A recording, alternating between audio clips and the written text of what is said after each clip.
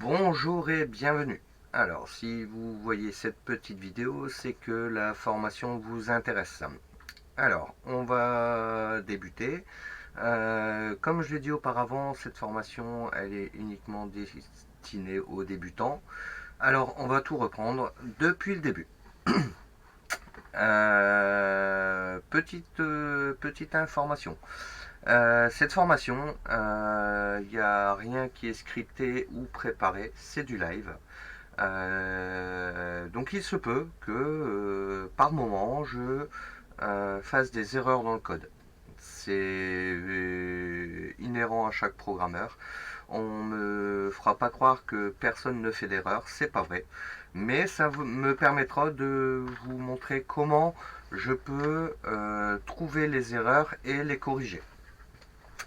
Allez, on est parti. Je suppose que chacun d'entre vous aura installé soit la version express, soit la version complète de WinDev. Alors, pour le lancement de WinDev, on va commencer par le double-clic sur la petite icône qui est ici. Et vous arrivez sur une fenêtre où on vous demande votre mot de passe ou, si c'est le premier lancement, on vous demande d'insérer votre login et éventuellement un mot de passe.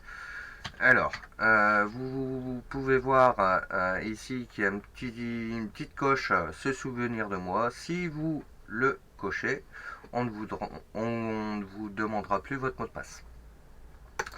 On fait se connecter et on va arriver, proprement dit, dans l'éditeur dans le logiciel, WinDev. Alors, il y a plusieurs informations qui arrivent sur cette page. Une petite nouveauté qu'il y a depuis très récemment, c'est les actualités WinDev, qui vous présente un peu toutes les nouveautés, hein, entre autres la version 28. Là, nous sommes en version 24. Je reste en 24. Pourquoi? Tout simplement parce que, comme vous pouvez le voir, hein, avant j'étais en version 19. Maintenant, je suis en version 24. Je n'achète pas toutes les versions de WinDev. Euh, c'est c'est une volonté de ma part. Voilà, chacun ses méthodes. Alors, vous pouvez retrouver ici plusieurs onglets. Créer un projet, ouvrir un exemple, et vous avez aussi accès aux cours d'auto-formation. Dans l'onglet ouvrir un exemple, vous allez avoir alors j'en ai pas mal, hein, j'en ai certainement plus que vous. Pourquoi? Parce que j'ai les exemples aussi de la LST.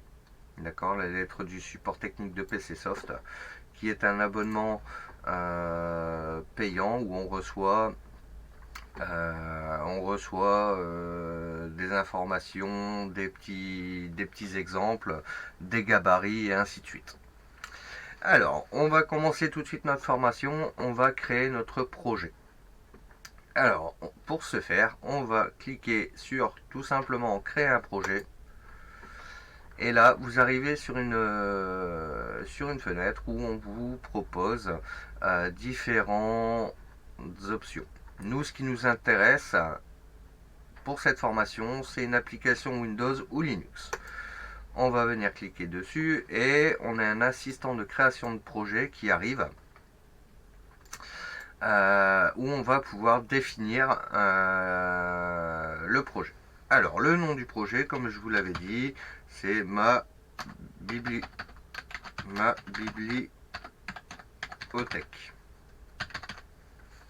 Voilà. Alors, juste en dessous, vous pouvez faire un résumé de votre projet. Alors, comme il est indiqué, elle sera visible en permanence sur le tableau de bord du projet. Je vous montrerai dans les minutes qui suivent le tableau de bord du projet. Alors, on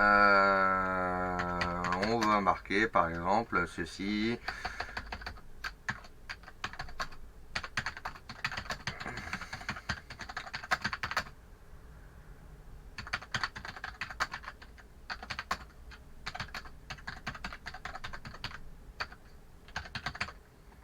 Voilà.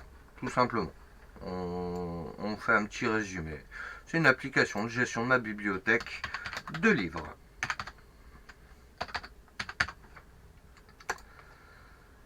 On peut joindre des documents au projet. Ce sont pour, par exemple, lorsque l'on décide de faire un projet, beaucoup, et moi le premier, on passe par la phase, ce qu'on appelle la phase crayonnage. On prend un petit papier, un petit stylo, et puis on va monter notre projet d'abord sur papier. Avant même de lancer WinDev, on va monter notre projet sur papier, où on va définir ce que l'on veut faire et comment on veut que ça comment on veut que ça se présente. Voilà, donc tous ces petits documents là, hein, on peut les scanner et les joindre au projet. On fait suivant. Alors, particularité de WinDev, c'est qu'on on peut développer pour les plateformes Windows, mais aussi pour les plateformes Linux. Alors, cette formation, elle n'est pas destinée pour les gens qui sont déjà bien aguerris.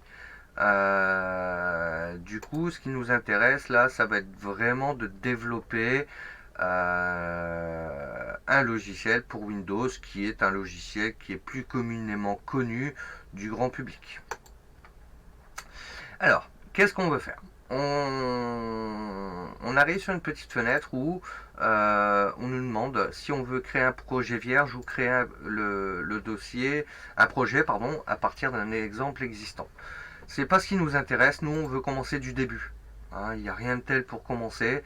On commence de rien et on va monter tout doucement, petit à petit, tous ensemble, le projet de notre petite bibliothèque de livres. On fait suivant et on arrive sur la description de la plateforme. Alors, on a deux blocs où on nous demande exécutable 32 bits, exécutable 64 bits, avec un deuxième bloc où on demande si notre exécutable il sera avec des fenêtres ou sinon uniquement en console. Donc, sachez une chose, c'est que lorsque vous développez une application en 32 bits, elle sera exécutable en 64 bits. Par contre, l'inverse ne sera pas possible. Dans les moments à venir, de toute façon, tout passera en 64 bits. De base, je le laisse tout le temps en 32 bits.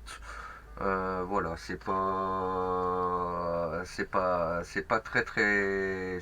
très gênant pour notre exemple. Si vous le voulez, vous pouvez le passer en 64 bits. Alors, le GDS. Qu'est-ce que le GDS? Le GDS, ça vous montre que c'est du live. C'est le gestionnaire de source. Alors, le gestionnaire de source, ça va être une petite application où en fait on va pouvoir déposer nos sources sur un serveur distant et qui permettra de pouvoir y accéder de n'importe où. Si vous développez à la maison et que vous voulez avoir accès à votre projet au bureau sans avoir à prendre votre ordinateur, le GDS va vous permettre par exemple cette possibilité-là. Mais ça vous permet aussi, comme il est indiqué, hein, pour les gros projets, ça va vous permettre de conserver tout l'historique des modifications et éventuellement, si vous arrivez sur un énorme bug, ça va pouvoir vous permettre de revenir à la version précédente qui, elle, n'était pas buggée. Donc sur cette application, on n'a pas besoin de GDS. Alors, la charte de programmation. Je vous déconseille fortement de changer ici la charte de programmation. Pourquoi? il y a une simple raison, c'est que ça permet au code d'être plus lisible par tout le monde s'il y a quelqu'un d'autre qui travaille sur votre projet. Si vous utilisez votre propre charte de programmation, chacun a sa méthode, ça risque d'être compliqué. Alors on travaille tous avec la même méthode et comme ça tout le monde comprendra la même chose. Du coup je reste en standard. Alors, les chartes. Vous pouvez définir ici différents modèles de chartes graphiques. Ça va vous permettre de donner un aperçu général de l'application. Donc, pour cette formation, je vais simplement prendre le Aquablue. Alors, ça va pas être le but de cette formation, mais vous pouvez définir plusieurs langues au projet.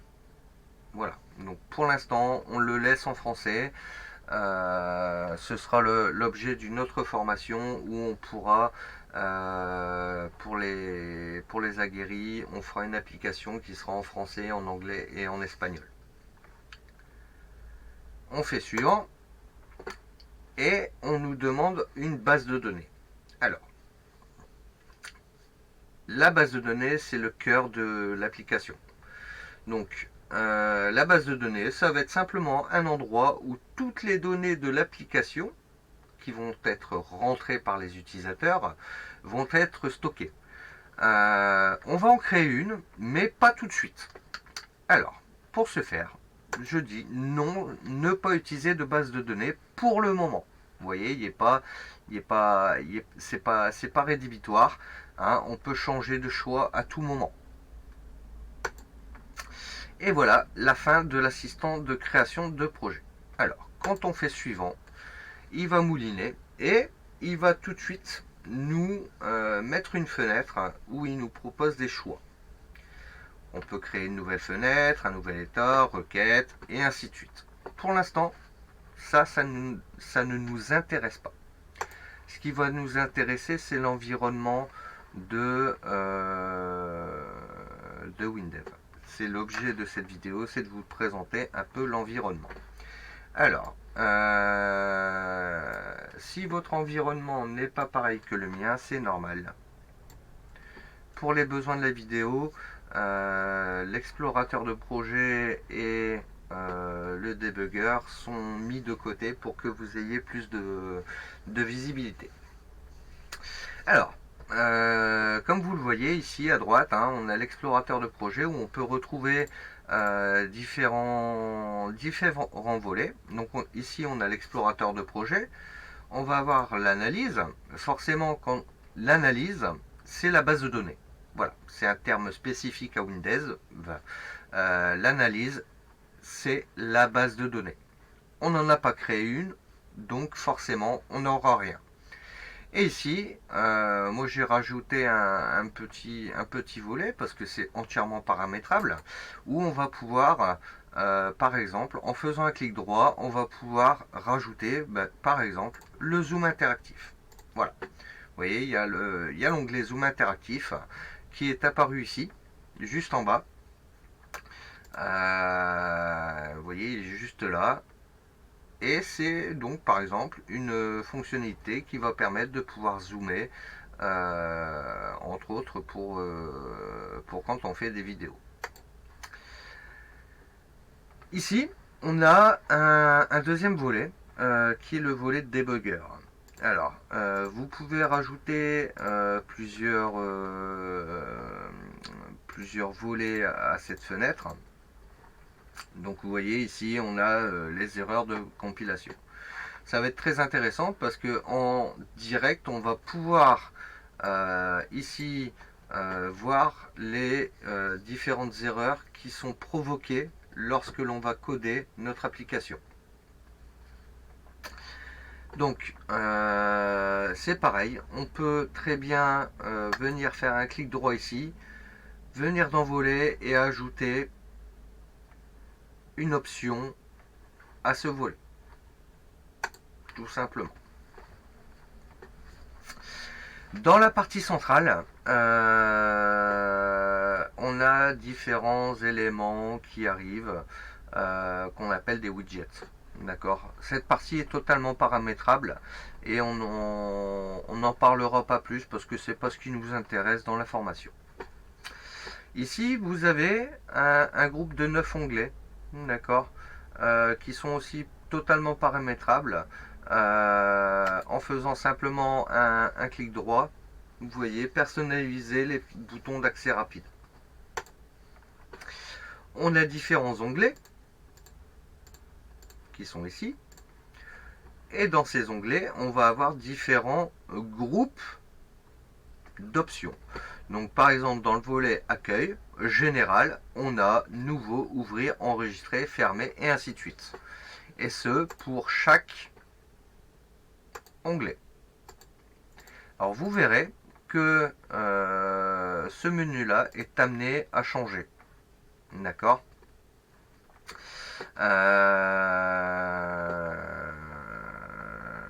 Je vais fermer le projet et je vais vous montrer. Hop.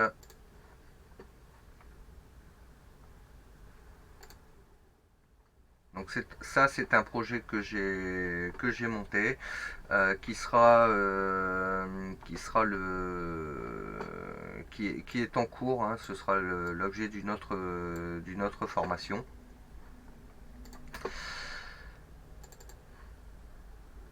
Et vous allez voir donc l'explorateur de projet, vous voyez ici toutes les fenêtres du projet. En plus des fenêtres, vous pouvez voir les états. Alors c'est quoi un état? C'est simplement une fenêtre qui va permettre d'imprimer quelque chose. Vous avez le groupe requêtes où vous retrouverez tous les requêtes, les classes, les procédures et ainsi de suite. Ce qui est important, c'est de, vous voyez là-haut, il y a différents menus qui sont arrivés. Pourquoi? Parce qu'on a ouvert une fenêtre et du coup dans cette fenêtre on peut créer des choses. Si on va sur le champ, sur le menu création, vous voyez il y a le groupe champ usuel, le groupe données, le groupe conteneur, champ graphique, ajusté et autres champs. Voilà. Et pour chaque fenêtre, vous aurez ces différents groupes. Hormis pour l'analyse. Alors, si vous regardez bien, quand je vais venir ouvrir l'analyse, par un double clic, vous voyez, il y a le menu qui a changé, où on a un sous-menu qui est arrivé, analyse, où vous pouvez créer des nouveaux fichiers, d'accord. Fichier, c'est le terme spécifique WinDev qui permettra de pouvoir faire une nouvelle base de données. Voilà. Je vais fermer et on va revenir sur notre bibliothèque.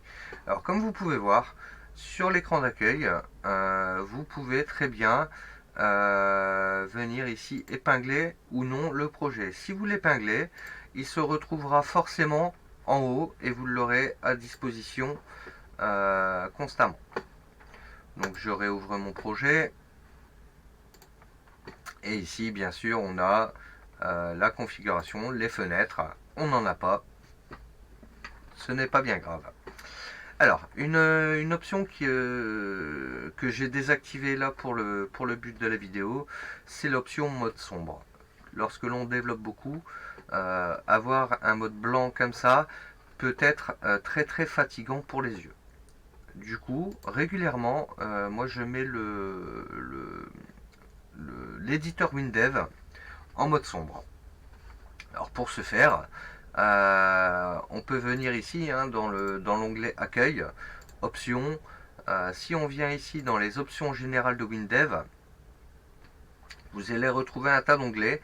Et dans l'éditeur, vous pouvez, dans l'onglet éditeur, juste ici, changer le thème de WinDev.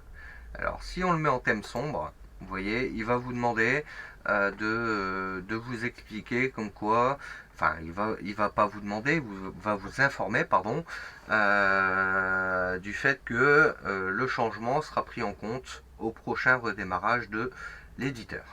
Du coup, on fait OK, on va redémarrer, et vous allez voir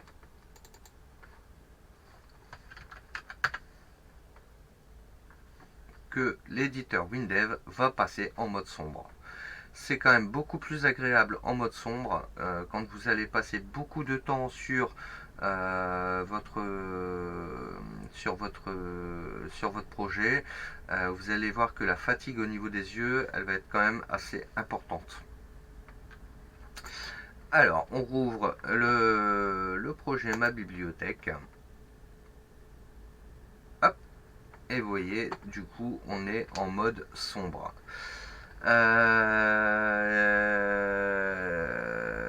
Où est-ce qu'on peut, qu'est-ce qu'on peut dire d'autre sur l'aspect général. Ici vous avez le guide d'auto-formation, voilà. Les petites aides qui vont bien. De toute façon, je vous montrerai comment accéder à l'aide. Hein, ça m'arrive encore peut-être une fois ou deux où j'ai un doute et cet onglet-là va nous permettre de pouvoir avoir une petite aide et se remémorer tout simplement le petit bout de code qui va bien. Alors, dans l'onglet projet, vous pouvez voir ici traduire. Alors, il y a une particularité de WinDev, c'est que l'on peut traduire notre code. Pour ceux qui sont anglophones, ça peut arriver. La particularité de WinDev, c'est que on développe en français. Toutes les lignes de commande sont en français. Mais, je dis bien mais, si vous voulez à un moment développer en anglais parce que vous vous sentez plus à l'aise en anglais, vous pouvez sans aucune manipulation développer en anglais et donc écrire en anglais. WinDev comprend et fera la traduction automatiquement en interne de votre langage. Voilà, on a fait un petit tour rapidement de l'éditeur WinDev et dans la prochaine vidéo, du coup, on attaque directement avec la création de l'analyse. Voilà, je vous dis à bientôt. N'hésitez pas à poser vos questions. N'hésitez pas à manipuler à droite, à gauche. C'est en manipulant que vous allez y arriver. Alors courage, relisez la vidéo si vous en avez besoin. Et n'hésitez pas, si vous avez des questions, je suis à votre entière disposition pour y répondre. Voilà, allez, à bientôt dans la prochaine vidéo.